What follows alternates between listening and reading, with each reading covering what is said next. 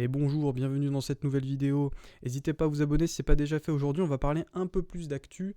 Alors, je vais parler plus d'AMD parce que ça fait longtemps que je n'ai pas parlé d'AMD, ça fait longtemps que je n'ai pas regardé ce qu'ils ont fait. Mais on va commencer quand même sur un petit running gang de Nvidia, hein, ça fait toujours plaisir. Voilà, des cartes à 1200 balles, hein, des 5070 Ti qui sont listées à presque ce prix-là. Je vous rappelle le prix MSRP, 749 balles. Bon, je vous laisse imaginer la 5070, ça va être le même principe. Et la 5060, je vous avais annoncé, pour moi, ce sera à 560 balles. Voilà, on va les toucher à ce prix-là. Ça sera la première fois de ma vie que je vois des 70 avec 4 digits, c'est-à-dire à presque 1000 balles. Si on m'avait dit que ça pouvait se passer comme ça, j'y aurais pas cru. Et ensuite, on va parler quand même de quelque chose de plus rafraîchissant. Peut-être, il y aura peut-être une douille quand même. Les 90-70 et 90-70 XT entre 600 et 700 dollars. Alors, si ce prix est avéré, ça veut dire qu'enfin, on va avoir des cartes qui sont presque abordables. Je rappelle que c'est quand même un prix élevé, hein, ça reste un prix élevé. Mais on n'en est pas sûr parce que, comme le dit Cocoteland là, sur certains sites canadiens, elles sont listées quand même à un prix un peu plus élevé. Et on va, voilà, comme vous voyez, en équivalence, alors c'est de dollars canadiens vers dollars américains, on est presque aux alentours des 900 dollars. Donc je vous laisse imaginer, si c'est presque à 900 dollars, ça veut dire que chez nous, on se retrouve à des cartes à près de 1000 balles. Après une 90-70 XT à, comment je pourrais dire ça, à 1000 dollars, donc à presque 1100 euros, ça resterait quand même toujours plus compétitif que la 50-80 hein, en termes de rapport qualité-prix. Donc on va espérer voilà, que les prix canadiens, c'est parce qu'ils ont des petits problèmes avec les Américains, on va espérer que ce soit ça, parce que si c'est ça, ça fera quand même mal, mais bon, toujours moins mal qu'Intel. Ensuite, les nouveaux processeurs Ryzen, donc les Ryzen 9 9900 et 9950 X3D, à entre 600 et 700 balles. Donc nous, on va les toucher presque à 800 balles, hein, c'est quasi sûr. Donc on est toujours sur du Ryzen 9, 12 core, 24 threads pour le premier, 16 core, 32 threads pour le deuxième. Des TDP qui sont toujours à peu près les mêmes, donc c'est pas un problème.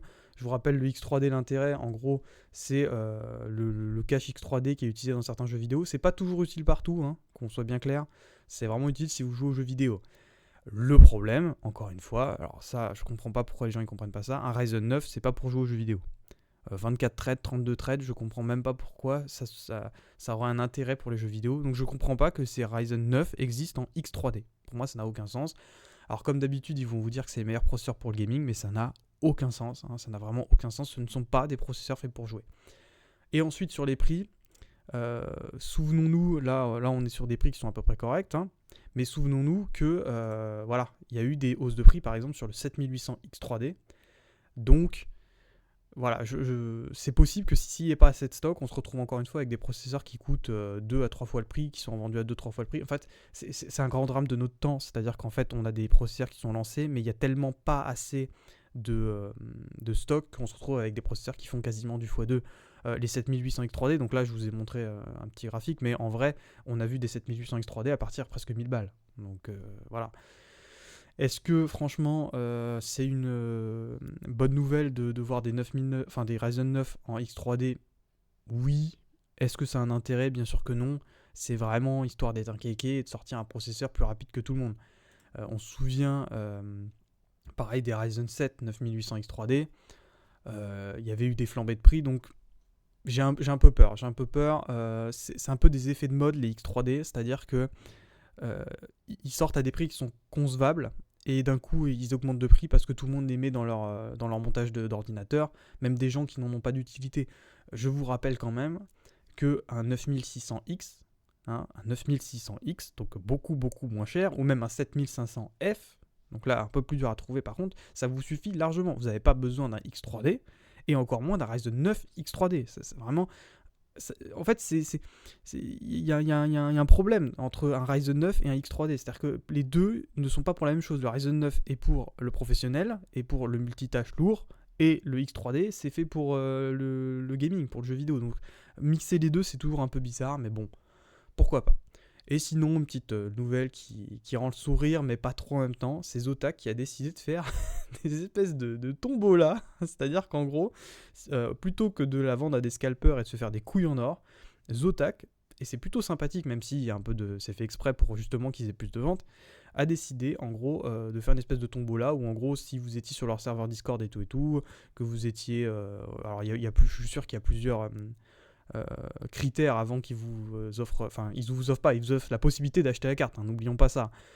Donc, c'est une bonne nouvelle, entre guillemets, c'est quand même triste de voir ça. Je vous rappelle qu'il y a eu au Japon des tombolas pareil, où vous aviez des gens qui ont campé pendant 3 jours dehors pour acheter leurs cartes.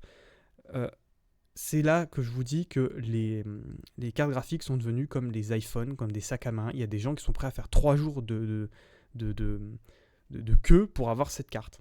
Ça n'a aucun sens. Ça n'a aucun sens. Je rappelle, encore une fois, je maintiens, je persiste et je signe. Une carte graphique, c'est un outil qui est lui-même dans un outil. En fait, c'est comme si vous achetiez une perceuse et que dedans vous mettiez une très belle batterie, mais ça reste une perceuse et une très belle batterie.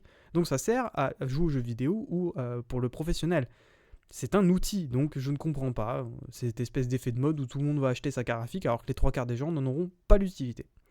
Voilà, c'était tout pour moi, c'était une vidéo rapide sur l'actu. Ça donne plus envie de pleurer que de sourire, mais bon, en espérant que le futur me donne tort et que la 50-60 soit un prix qui bat toute concurrence. Allez, c'est tout pour moi. Au revoir.